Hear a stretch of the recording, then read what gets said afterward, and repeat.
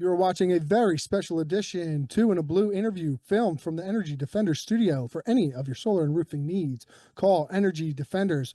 We have a very special guest with us today. You may know him. He has been the voice of Philadelphia sports for over 3.5 decades, Mr. Angelo Cataldi.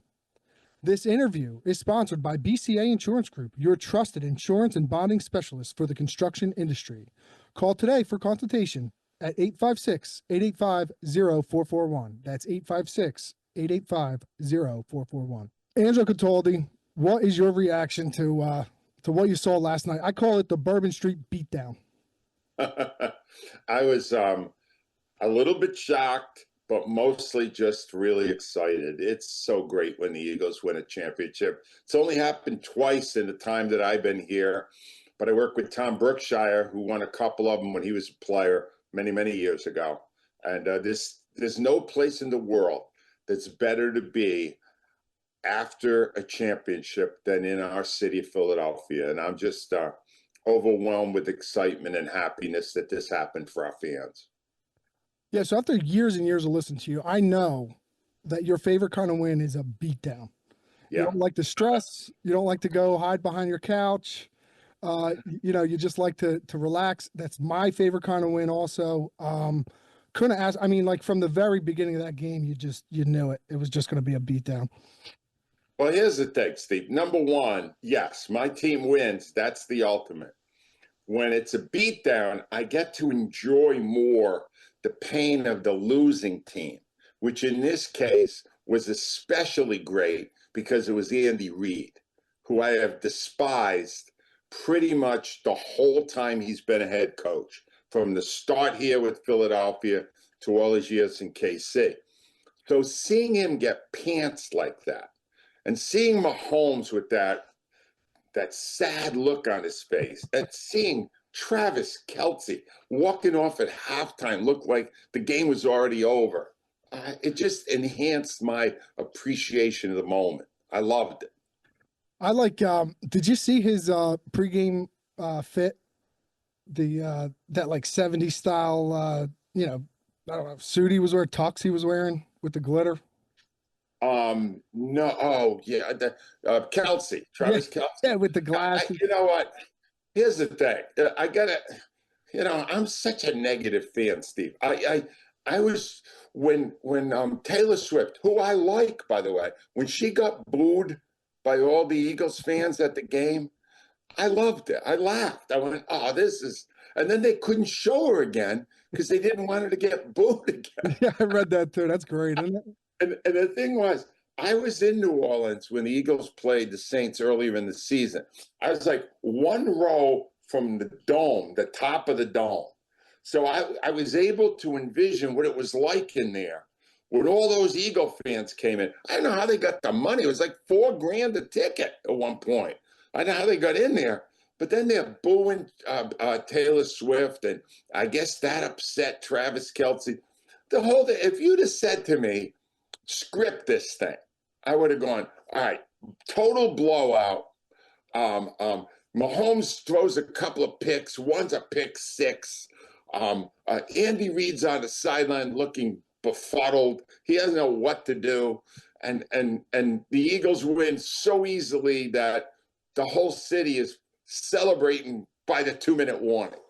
That would have been my script, and it's exactly the way it happened. It's great. Yeah, it is great. And just the vibe that just takes over the whole area. You're feeling good for just weeks afterwards. It is just a great feeling. You talked about how you've always hated Andy Reid. I want to talk about someone you've always liked, Jalen Hurts. You've always stood up for him. There's been a lot of a lot of people. He doesn't always pass the eye test in every game. You've always supported him, and you've always had faith in him. Do you want to talk about that a little bit? Well, here's the thing, Steve. I'm not that complex a person. All right. If a guy is out in the public all the time, he's a sports figure in Philadelphia, and he doesn't have enough respect for the fans to answer questions honestly, I will turn on him. It's inevitable. I did it to Gabe Kapler. I did it to Rich Kotite. You name an era, and I turned on the guy. Andy Reid never answered a question honestly in 14 years here, and he never won a championship. Doug Peterson was here 5 years, honest guy the whole time, won a championship. Andy Reid has a higher reputation in Philadelphia. That drives me nuts. Nick Sirianni now won a championship in 4 years. Andy didn't in 14. Andy's this guy. So if you're not going to tell the truth, I'm probably going to hate you pretty fast. Here's the thing about Jalen Hurts, because Carson Wentz was the same way. He was a BS artist. He never answered a question. From day one, Hurts came in, he looked you straight in the eye, and he answered your question. You didn't have to love the answer. Maybe you wanted him to be a little flashier or more humorous or whatever. No, you were getting the genuine article from day one. And here we are now. He's a hero in town. He's a champion. He's the MVP of the Super Bowl. You look on him. You watch him in that game, right to the end. He had the look of an assassin. He had that. He was not fooling around. He was playing for keep. That's my kind of guy. That's what I'm looking for. I don't need flash. I don't need humor. I need honesty. And he's been honest with the fans from day one, and I loved him for that. Plus, he also happened to be a hell of a good quarterback. You just reminded me of when he first got drafted. Was that you who interviewed him right off the? Oh yeah, see, yeah, and that was almost an awkward interview because it was like, oh yeah, we love Carson, but welcome, No, well, the thing is, I didn't love Carson. Yeah. From day one, I was hoping that he would emerge. But what I knew about him before I ever interviewed him for the first time, and we were the flagship station, and we still are at WIP. So I always got first dibs on a guy when he was drafted or when he came into town. And I knew that his dad was a coach. And that, to me, right away, I realized, all right, dad was a coach. They're not going to really totally trust the media, because a coach's son is programmed to weed out all the distractions. Just focus on what you have to do to win the game. And that's the way he played it. And there were awkward pauses. There were silences. There were quick answers. You had to have like 50 questions ready because you didn't know how long he was going to take to answer your first one. But it's all good. See, I had been around long enough by that point where I was ready for all that stuff. All I would not be ready for is if a guy started giving me boilerplate answers, it's a team effort and all this crap you hear all the time. That I wouldn't settle for.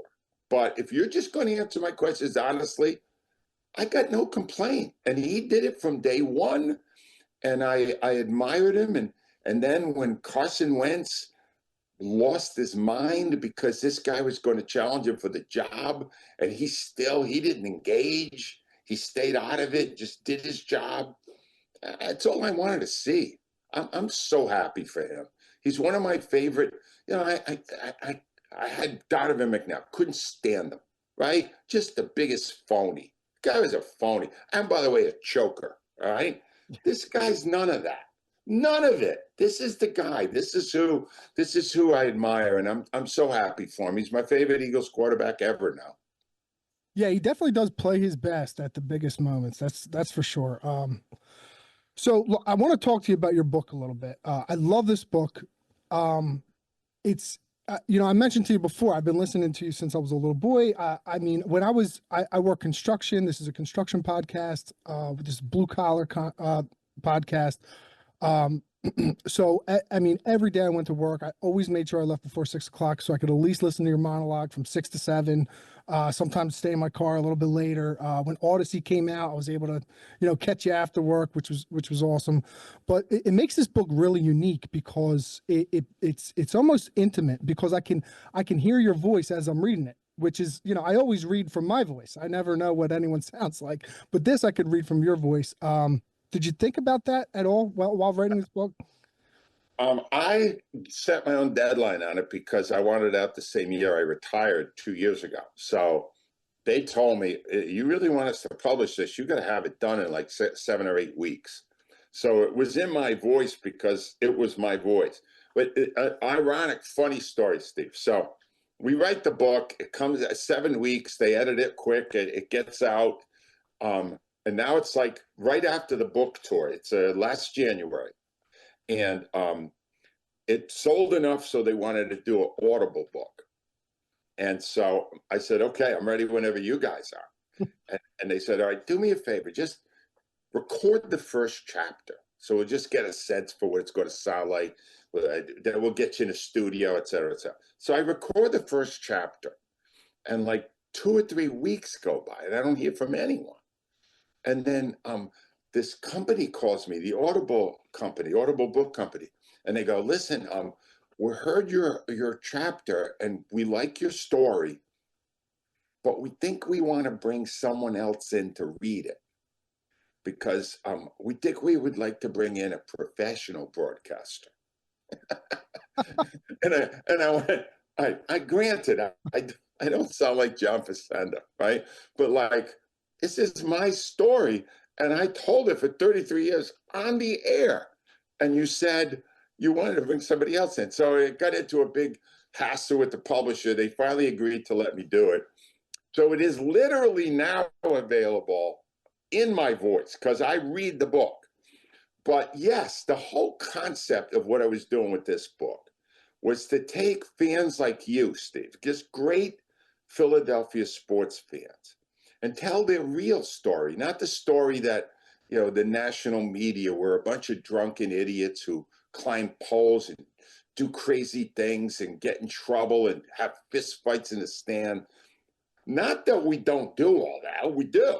Mm-hmm. But there's a lot more to the story about how passionate these fans are for the good, how they come up big for people when they're in need, and how it's this Eagles love is generational, and it bonds families together. Families that don't know what to talk about at the Thanksgiving table can talk about the Eagles for 2 hours. And that's really what the book was about. It's an homage to these fans who kept me in business. People like you, Steve, who kept me in business for 33 years, doing the same on the same station in the same time slot. That's 3 or 4 lifetimes in radio, and I got to do it all for all those years. So I'm hoping that the people that read it will understand the fans better than this lazy narrative that is, we're just a bunch of thugs and goons. Yeah, I hope that too. And I think you do a great job of telling those stories from your perspective. A lot of wing bowl stories, a lot of the stories of the organizing that you did to, you know, like the Donovan McNabb draft party, and I'm going to talk about how you go from being, you know, this self-proclaimed king nerd, captain of the chess club, to, you know, the voice of this blue collar, like, big city. Like, how did you make that switch in your mind to, like, kind of figure that side of yourself out? Well, I had a 20-year journalism career, covering teams, going on the road, the whole deal, both in my hometown of Providence, Rhode Island, and here in Philly. And the whole thing came down to, I was getting tired of the journalism thing, because I was at the Philadelphia Inquirer, and they were editing ferociously, and it was a daily battle and all this stuff. And I would go to Columbia University Journalism School, which is the best in the world. And then they come to me from WIP. I had been working part-time there, and I was making 55 grand. And they said, if you come to WIP, we'll pay you 75,000. And 20 years, the college, the journalism. I went, oh my God, where do I sign? Yeah, I'll do I'll do it. I'll do it. Yeah, you could start with Tom Brookshire. Eventually, baby, if it works out, you just take over that show in the morning, and 20 grand? Yeah, sure. Yeah, well, I'll sign right now. I did that. I flushed a career for 20 grand. Now, it worked out. I was lucky because newspapers, I didn't know it then, were on the downswing, and radio was going to become a new venue for people who wanted to give their sports opinions. and I just timed it perfectly. I was lucky. It was all luck. And I didn't know what I was doing. I just did it because I was tired of doing the other thing, and somebody was willing to pay me more money to try this. It's no more complicated than that, Steve. And You then figured it out. I figured it out. Yeah, you did. You did. You figured it out. You figured out the voice of a whole city. And that's definitely what kept everyone so engaged for so long. I want to talk because I follow your blog also. And you wrote a piece about Eskin, the Eskin scandal, I guess, kind of thing. But it wasn't about Eskin as much as it was about WIP's and Odyssey's decision to not follow the story. Now you talk in your book a lot about, the Tyson ear bite situation where they didn't want to talk about that, and you fought for that. Even as far back as when you were writing for the Journal with the Larry Marciano fight, right? You've always fought for what you knew was right, which is another big reason why you captured the audience that you did. Do you have you talked to anyone at WIP about that whole Eskin situation? Did it bother you enough to write a blog about it because you fought so hard for 3.5 decades for that type of luxury to talk about whatever the hell you want, and now all of a sudden we're going to shut up? Yeah, I did not talk to anyone there, although I obviously Rhea Hughes is still there, so I communicate with her all the time. But no, it's real simple, all right? In all those years I was there, if this had come up when I was there and somebody called and wanted to talk about it, because the whole city was talking about this incident that Howard had, I would have done it. And if the management had sent out an edict, which they did from time to time in my 33 years, and said, we can't talk about this topic, I would talk about it anyway. Because my first allegiance was never to WIP or to any of the teams I was talking about. I only had one allegiance, and it was to the audience. And if I thought that an edict came from the management that said that I couldn't do something that I thought was harmful to the product I was presenting or in any way to the quality of what I was doing, I would not do it. Now, I can't tell you how many times I risked my career to take that stand. But you can't. What I learned early on was you can't allow a bunch of corporate people, or the suits, we call them, the suits. You can't let the suits decide your fate. If you have enough courage, courage of your convictions and confidence in what you believe, you rock the boat. Now, let me tell you, when I left, and it was a long time I was there were no tears shed by anybody that I worked for. A story came out a couple of weeks after I left. Oh, good, we don't have to have eggshells on the floor anymore. We're all walking on eggshell. And the truth is, I didn't give a damn. So, Steve, here's the secret of it. So many people in sports talk really care, worried about what the teams think of them, what the star players thinks about something they said, or what their bosses think about it, because they won't get the promotion unless they get their support. I never cared.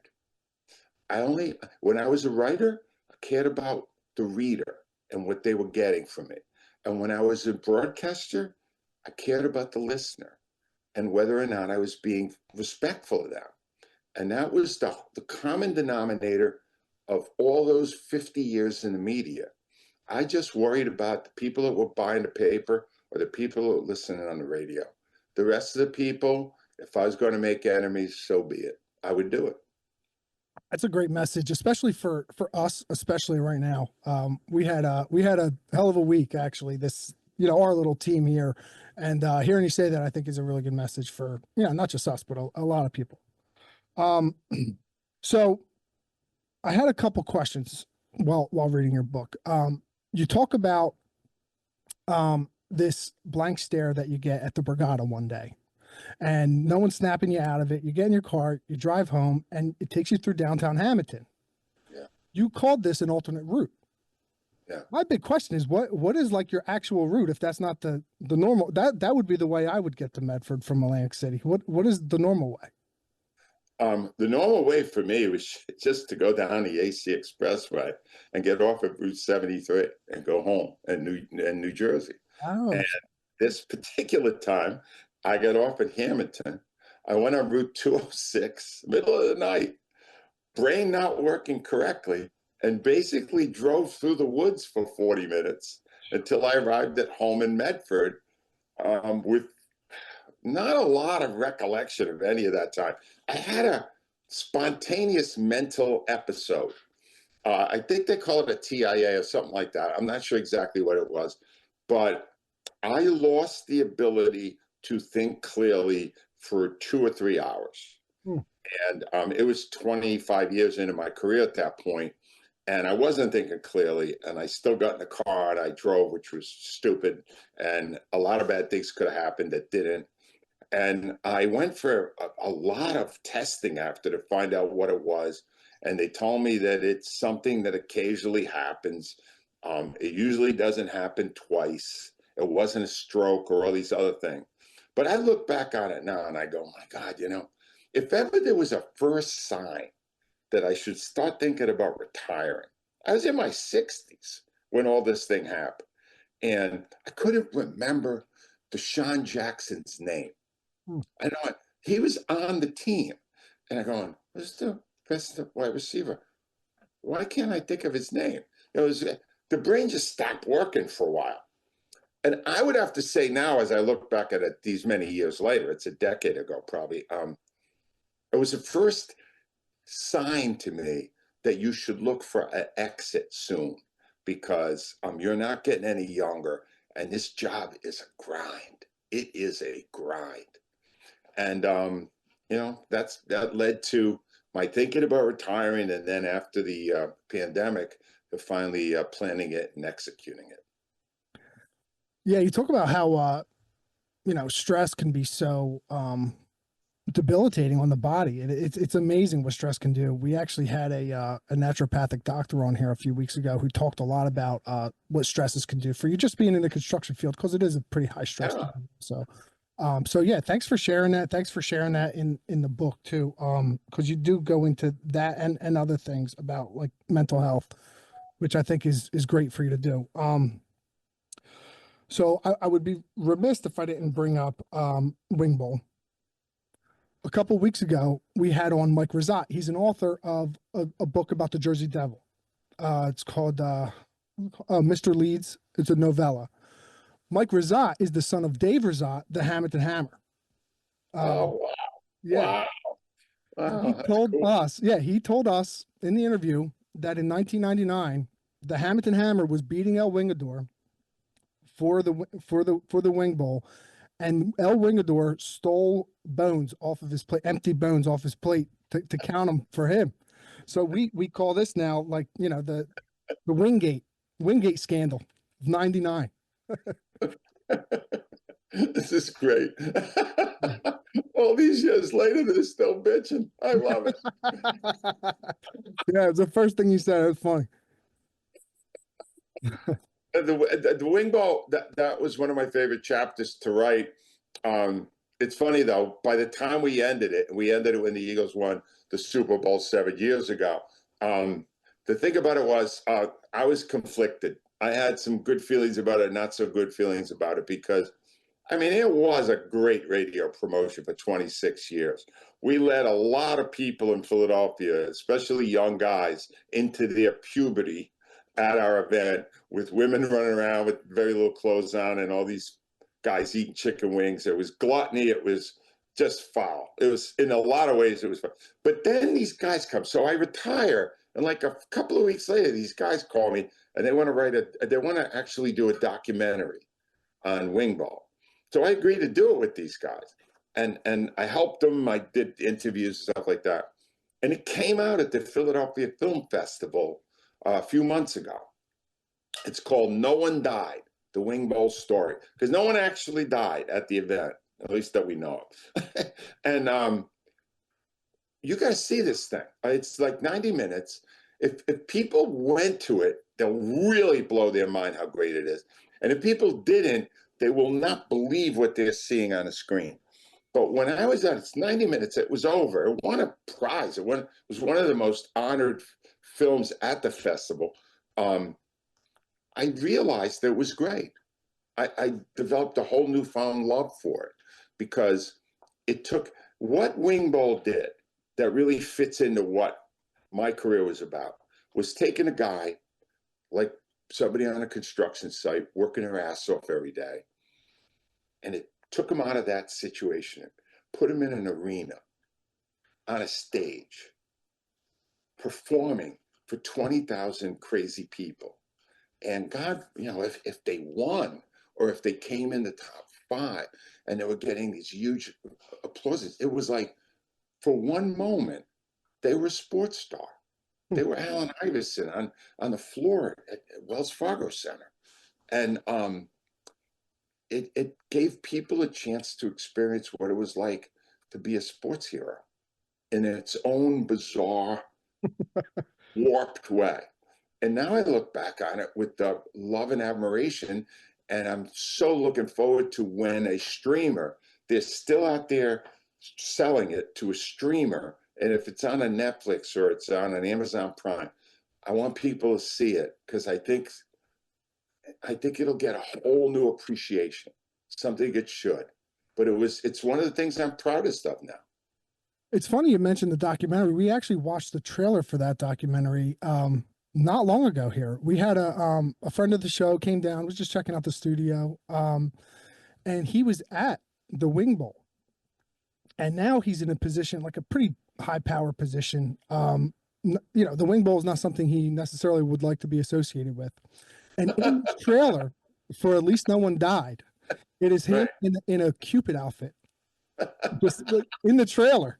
And we paused it on. Yeah, it was great. It was great. No, it's great. That's what I mean. It's just guys, people who just suddenly had their moment in the spotlight. And that's really cool when you think about it.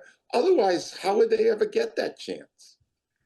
Yeah, well, hopefully someone does pick it up soon because I would love to watch it. So there is one part in the book where the vibe kind of changes a little bit that I noticed.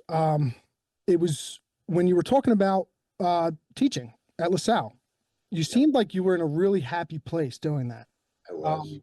And now you're in retirement. I was wondering, have you considered going back to teach at all?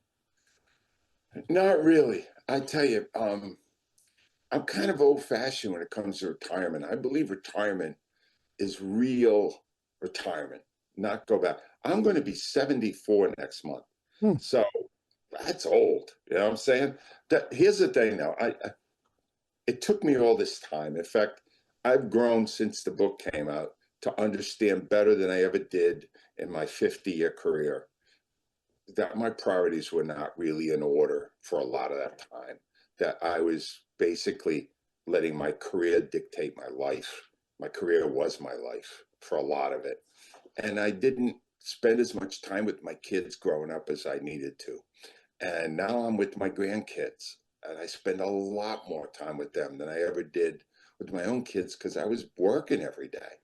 And it gave me a real perspective that I should have received many, many years ago, that what's really most important now is to wake up every day and try to enjoy the day to the fullest. I went to therapy. After I wrote the book, I went in therapy with our show psychologist. We used to have Dr. Joe Fish on all the time. And I had weekly therapy sessions with him in which he got me to make the transition from working hard as you can every day for all those years to retirement. And he told me 2 things that were unbelievably important in my transition. One was, whenever something's not going well, just say to yourself, this too shall pass. And it does, because life is cyclical. You have your big spots, you have your not so big spots. Things are going great, things are not going great. It'll switch back around. And the other thing he said, which really applies to sports people, he said, listen, do yourself a favor. Put away the scoreboard. you keep every day, you're trying to keep score. The game's over. You won. Put the scoreboard away and wake up every day and say, what's going to make me happy? What will I enjoy today? And what makes me happy now is spending time with my family more than I ever did before. And when I was on the air, Steve, oh, well, these guys were retired. I go, I want to spend more time with my family. And I go, why don't you check with your family? They might not want to spend any time with you, right? Yeah. And the truth is, now I sound just like them. And I realized, well, they were right. I was ridiculous. I was dumb. So no, I don't plan on taking on any projects of any kind. I just plan on waking up every day and going, what am I going to do today? And most of the time I end up with little Dutchie and little Dash and little Delaney, because those are my three little grandkids. And my my teenage grandkids, Dylan and Chase, who are just awesome. They're soccer players. Oh, I hate soccer. They're soccer players. But I love all these grandkids, and that's really my commitment right now, is just to enjoy their time and be a part of their lives. That's great, man. Good for you. Congratulations on all of that. I was going to ask if you were enjoying retirement, but it sounds like you are. Are you sleeping past? Oh, I'm sleeping. Daybreak. Yeah, good. Even the morning after the Eagles winning a Super Bowl, I woke up at 8:45. Ooh. Wow. 8:45 was like afternoon for me when I was, doing a morning radio show. Yeah, no, it's great. And I waited just the right amount of time. I was already in my 70s when I retired. So there's no looking back and going, I should have done the other thing longer. I did it plenty of time. All right. So last question about the book. One of the things that surprised me most about the book was your apathy towards the 2022 Philadelphia Phillies. Yeah. Because that, for me, was the best time in my life sports wise. I mean, I went to way too many games, spent way too much money on them games. And it was like, I didn't have a voice for 2 months and singing that song, the dancing on your own song. It was just like the best time for me. I was so surprised to hear that team didn't do it for you. No, it didn't. And I'm going to tell you why, because that was the year the Eagles, that was my last year. That was the year the Eagles went to the Super Bowl and blew it in the second half. Thank you, Jonathan Gannon. But the Phillies, all right, here's what it is. It's not that I don't love Bryce Harper or all the other players on the team, Zach Wheeler. I like them. I really admire them. I've reached a point as somebody who loved baseball more than any other sport for the first 50 some years of my life, where my patience with baseball is short now. I can't watch a game that Rob Thompson is managing, where the Phillies, Zach Wheeler's throwing a great game, but his pitch counts at 100. And I'm watching the manager get squirmy in the dugout. Oh, God, will he die? Well, I got to take him out soon. Analytics tell me. That whole analytics stuff, I guarantee you, Steve, someday, I may not be around, but someday they'll go, boy, that era was BS. That guys could throw 200 pitches. Steve Cohen threw 170 pitches. He never had any arm problems for 20 years. And now, oh my God, the last playoff time, Zach Wheeler was throwing the best game of his career, a one-hitter. They're up 1-0. He gets pulled with 110 pitches. I can't take it. I watch that and I go, I don't want to get my hopes up, because somebody's going to decide something that will drive me insane. And I think I'm speaking for a lot of people of my generation, the dinosaur generation now. You're young. I'm amazed that a young guy like you, Steve, has so latched back onto baseball, because we were all convinced 20 years ago that baseball was in serious decline. But your generation brought it back. You guys have brought a life to that ballpark that it never had before. But when I'm watching these games, I feel more frustration than joy. And that is not true at the other sports, and especially not true with football. And that's why I never got on board. I didn't get on board even as a fan for the Phillies this past year, because I'm going to watch them do something that's not logical, and it's going to drive me nuts. So I'm now more of a passive fan of baseball. Well, that makes sense. I told you about the naturopathic doctor we had on. One of the things he said to me, which I'm connecting right now, is that if you took an image of 100 people's shoulder, 90 of them would need surgery. They could recommend surgery for 90 of them. Wow. Without you even knowing it. You know, Yeah. there's stuff going on in your body that you have no idea what's going on. And if they keep looking, they're just going to keep finding stuff. So Wow. the analytics thing is frustrating. It's frustrating not getting to see like your favorite player just do what they do. So yeah, I totally understand what you're saying. Angelo, I can't thank you enough for spending the time to talk to me. I was always too chicken to call your show. Yeah, it really was. I was always too chicken to call the show, and here we are. Finally get to talk. I hope to keep in touch with you. We remember the book? Remember the children's book? Yeah. Yeah, I sent you. That's right. What was the name of it? Boo Birds. Boo Birds. Wow. Yeah, I sent you the first couple edits, and I probably to nauseum for you just kept sending it over and over again for your advice on it. And you always got back to me. You always delivered great advice. Hopefully we'll be moving forward with that book at some point. Well, thank you. Thank you for having me on, Steve. And thank you for being a loyal listener. I'm trying to pay back every one of you as much as I can for giving me the great life and the great career that I ended up having. And the fact that I get to come on your show right after the Eagles win a Super Bowl. That's awesome. You can't ask for anything more. I couldn't have timed that any better. Yeah, perfect. My pleasure. It was my pleasure. You did a great job, and I appreciate it. Thank you very much. Hopefully talk to you again. Keep enjoying retirement. We'll talk soon. Thank you. Sounds good, Steve. Thanks. Bye, man. See you. Take care. Thanks for watching. What an awesome guy. This interview was sponsored by BCA Insurance Group, your trusted insurance and bonding specialists for the construction industry. Call today for consultation at 856-885-0441. That's 856-885-0441.